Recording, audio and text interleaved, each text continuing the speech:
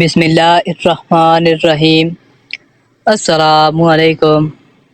دنیا اور آخرت کے علاوہ ایک اور بھی جہاں ہوتا ہے جس کو برزخ کہتے ہیں۔ برزخ وہ مقام ہے جہاں مرنے کے بعد قیامت تک روحوں کو جمع کیا جاتا ہے۔ روح جہاں بھی موجود ہو وہ ہر ایک رشتہ دار کو پہچانتی ہے۔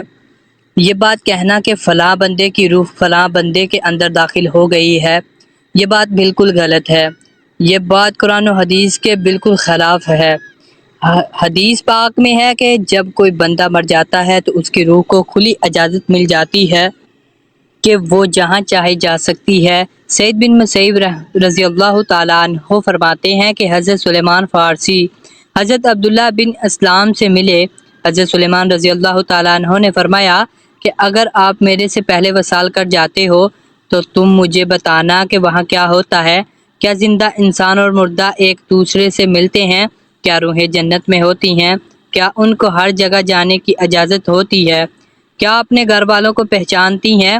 جب انسان مر جاتا ہے تو اس کو علم ہوتا ہے کہ میں دنیا سے وصال کر گیا ہوں، اب میں عالم برزخ میں داخل ہو گیا ہوں۔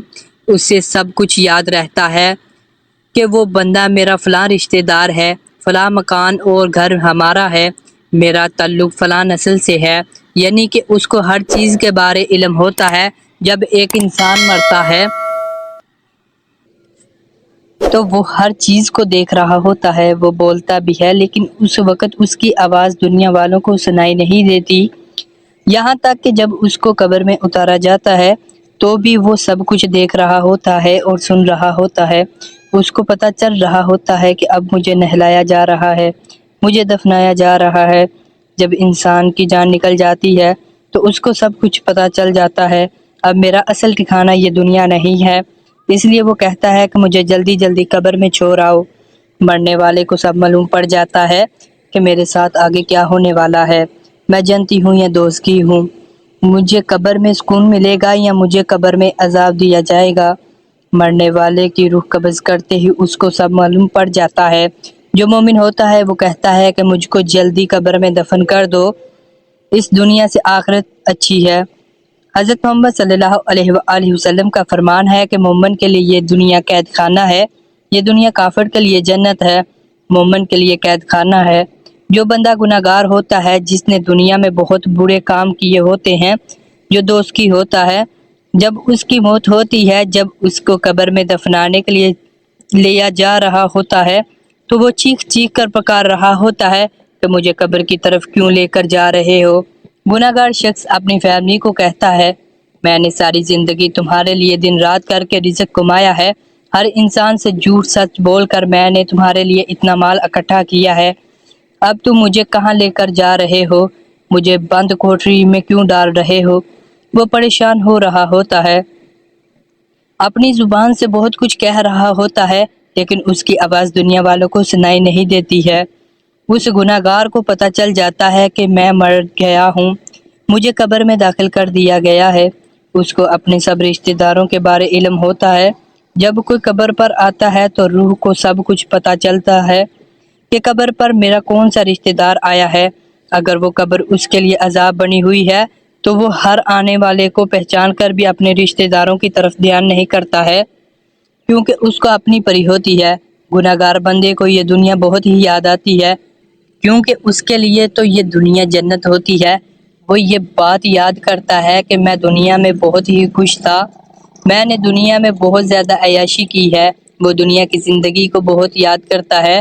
جو بندہ نیک ہوتا ہے اس کو مرنے کے بعد بہت ہی سکون میسر ہوتا ہے، وہ اس دنیا سے آخرت کی زندگی کو زیادہ ترجیح دیتا ہے کیونکہ اس کو وہاں ہر چیز میسر ہوتی ہے۔ نیک بندے کو قبر میں بہت زیادہ خوشی ملتی ہے، اس کو جنتی لباس پہنایا جاتا ہے۔